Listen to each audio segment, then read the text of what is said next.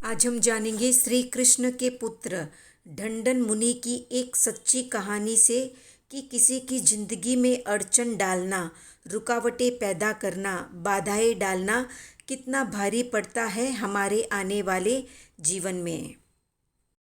मगध देश में धन्यपुर नामक एक श्रेष्ठ गांव था। वहाँ कृषि पाराशर नाम का धनाढ्य ब्राह्मण रहता था। वो धन के लिए खेती आदि जो भी कार्य करता उसमें उसे लाभ ही लाभ होता था। ये लक्ष्मी का फल है ऐसा मानता हुआ वो अपने स्वजनों के साथ आनंद से रहता था। मगध के राजा के आदेश के अनुसार गांव के पुरुषों को 500 हलों से हमेशा राजा का खेत जोतना होता था। जब किसान भोजन के साथ राजा के खेत की जुताई से निवृत्त हो जाते तब वो ब्राह्मण निर्दयता पूर्वक उसी समय उन भूख से पीड़ित किसानों से अपने खेत में कार्य करवाता था। उस निमित्त से उस ब्राह्मण ने गाढ़ कर्मों का यानी गाढ़ अंतराय कर्मों का बंद कर लिया और अंत में मरकर वो नरक गति को प्राप्त हुआ। वहाँ से निकलकर विविध तिर्यंच योनियों में यानी पशु पक्षी योनियों में उत्पन्न होता हुआ किसी तरह पुण्य का उपार्जन करके उसने देव भव और मनुष्य भव को प्राप्त किया। कालांतर में उसे श्री कृष्ण वासुदेव के ढंडन कुमार नामक पुत्र के रूप में जन्म लिया। सर्व कलाओं का अभ्यास कर वो पुत्र क्रमशः यौवन वय को प्राप्त होता हुआ अनेक युवतियों के साथ विवाह करके कामदेव के समान भोग विलास करने लगा। एक बार 18,000 उत्तम साधुओं से युक्त शासन प्रभावक अरिष्टनेमी भगवान ग्रामानुग्राम विचरण करते हुए द्वारका नगरी के रैवत नामक उद्यान में पधारे। उद्यान पालक ने भगवान के आगमन की सूचना श्री कृष्ण महाराज को दी। ऐसा शुभ समाचार सुनकर श्री कृष्ण ने उसे उचित दान दिया और यादवों सहित वे नेमिनाथ भगवान को वंदन करने के लिए निकले।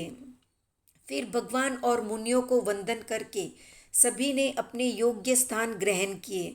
जिनेश्वर भगवान ने सर्वसाधारण को अपनी वाणी से धर्म देशना देना प्रारंभ कर दिया। उनकी वाणी को सुनकर ढंडन कुमार जो श्री कृष्ण का पुत्र था अनेक प्राणियों को प्रतिबोध हुआ। ढंडन कुमार ने विषय सुखों को त्याग कर प्रभु के पास दीक्षा स्वीकार कर ली। सदा संसार की असारता का चिंतन करते हुए और श्रुत ज्ञान का अभ्यास करते हुए ढंडन मुनि सर्वज्ञ परमात्मा के साथ विचरण करने लगे। इस तरह विचरते हुए ढंडन मुनि ने पूर्व भव में जो गाढ़ अंतराय कर्म का बंध किया था वो कर्म उदय में आया। कर्म के दोष से ढंडन मुनि जिन साधुओं के साथ भिक्षा लेने जाते उन्हें भी भिक्षा प्राप्त नहीं होती थी। एक समय साधुओं ने उन्हें भिक्षा नहीं मिलने की बात तीर्थंकर अरिष्टनेमी से कही। तीर्थंकर ने ढंडन मुनि के पूर्व कर्म बंधन का पूरा वृतांत सुनाया। ये सुनकर ढंडन मुनि ने तीर्थंकर के पास अभिग्रह ग्रहण किया कि अब से मैं दूसरों की लब्धि से मिला हुआ आहार कदापि ग्रहण नहीं करूँगा। इस प्रकार ढंडन मुनि अमृत रूपी श्रेष्ठ भोजन करते हुए तृप्त हो ऐसे दिन व्यतीत करने लगे। एक दिन श्री कृष्ण ने भगवान से पूछा कि इन 18,000 साधुओं में सबसे उत्कृष्ट मुनि कौन है। तब तीर्थंकर अरिष्टनेमी ने कहा, निश्चय रूप से तो सभी उत्कृष्ट है, लेकिन इनमें भी दृढ़कारी ढंडन मुनि है, क्योंकि जिस तरह से वो तप कर रहा है, धैर्य को धारण करके दुखों को झेल रहा है, इस दृष्टि से सबसे सर्वश्रेष्ठ ढंडन मुनि है। ये सुनकर श्री कृष्ण ने मन में सोचा, वे धन्य है और कृत पुण्य है जिनकी प्रभु ने स्वयं प्रशंसा की है। ऐसा विचार किया और नगरी में प्रवेश करते ही उन्होंने भाग्य योग से ऊंच नीच घरों में भिक्षार्थ घूमते हुए ढंडन मुनि को देखा, यानी अपने पुत्र ढंडन मुनि को देखा। उन्होंने हाथी से उतरकर ढंडन मुनि को वंदन किया। श्री कृष्ण वासुदेव द्वारा मुनि को वंदन करते हुए देखकर एक धनाढ्य सेठ ने विचार किया कि ये महात्मा धन्य है जिसे वासुदेव श्री कृष्ण वंदन करते हैं। श्री कृष्ण के चले जाने के बाद विनय पूर्वक सेठ ने मुनि को अपने घर ले जाकर भावपूर्वक केसरिया मोदक से भरे थाल में से उन्हें मोदक बहराए। मुनि ने प्रभु के पास आकर नमन करके कहा, भगवान, क्या मेरा अंतराय कर्म आज खत्म हो गया है? तो भगवान ने कहा, अभी उसका अंश विद्यमान है। तुम्हें जो भोजन मिला है वो लब्धि श्री कृष्ण की है, क्योंकि उस सेठ ने तुम्हें श्री कृष्ण द्वारा प्रणाम करते हुए देखकर ही ये निर्दोष आहार पानी दिया है। प्रभु ने जब ऐसा कहा तो तुरंत दंडन मुनि ने आहार के पात्र की झोली लेकर निर्जीव स्थान पर आहार डालने के लिए चल दिए। अनेक दिनों तक भूख प्यास क्षुधा तृष्णा को हंसते हंसते सहन करने वाले दंडन मुनि द्वारिका के बाहर आए। निर्दोष भूमि देखकर वहां खड़े रहे और झोली में से लड्डू हाथ में लेकर चूरा करने लगे।